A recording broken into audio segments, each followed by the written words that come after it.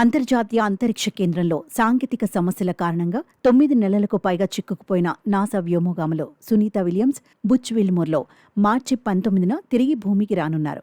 వీరి మిషన్ తొలుత 8 రోజుల ప్రణాళికతో ప్రారంభమైంది. అయితే సాంకేతిక సమస్యలతో వారిద్దరూ ఐఎస్ఎస్లోనే చిక్కుకుపోయి 9 నెలలు బలవంతంగా గడపాల్సి వచ్చింది.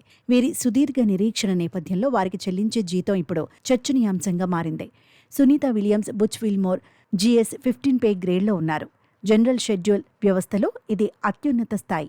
తన జీతంతో పాటు చూస్తే 9 నెలలకు గాను ఉన్నందుకు వీరికి సుమారు 81 లక్షల నుంచి 1.05 కోట్ల వరకు జీతం అందుతుంది. వ్యక్తిగత ఖర్చుల నిమిత్తం ఇచ్చే దానిని కూడా కలుపుకుంటే సుమారు 82 లక్షల నుంచి 1.06 కోట్ల వరకు ఉంటుంది. వ్యోమగాములకు ప్రత్యేకంగా ఓవర్ టైం జీతం ఉండదు.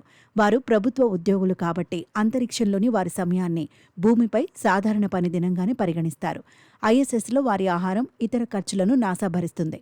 వారికి సాధారణ జీతం యథావిధిగా అందుతుంది. ఇవన్నీ పోను అదనంగా రోజుకు $4 అంటే సుమారు 347 చొప్పున వ్యక్తిగత ఖర్చుల కోసం చెల్లిస్తారు. అంటే సునీత విలియమ్స్, విల్మోర్ 287 రోజులు గడిపినందుకు అదనంగా ఒక్కొక్కరికి $1,148 మన కరెన్సీలో సుమారు 1,00,000 అందుతుంది. వ్యోమగాములు ఐఎస్ఎస్లో పనిచేస్తూనే ఉన్నారని, వారిని సాంకేతికంగా చిక్కుకుపోయినట్లుగా చూడలేమని నాసా పేర్కొంది.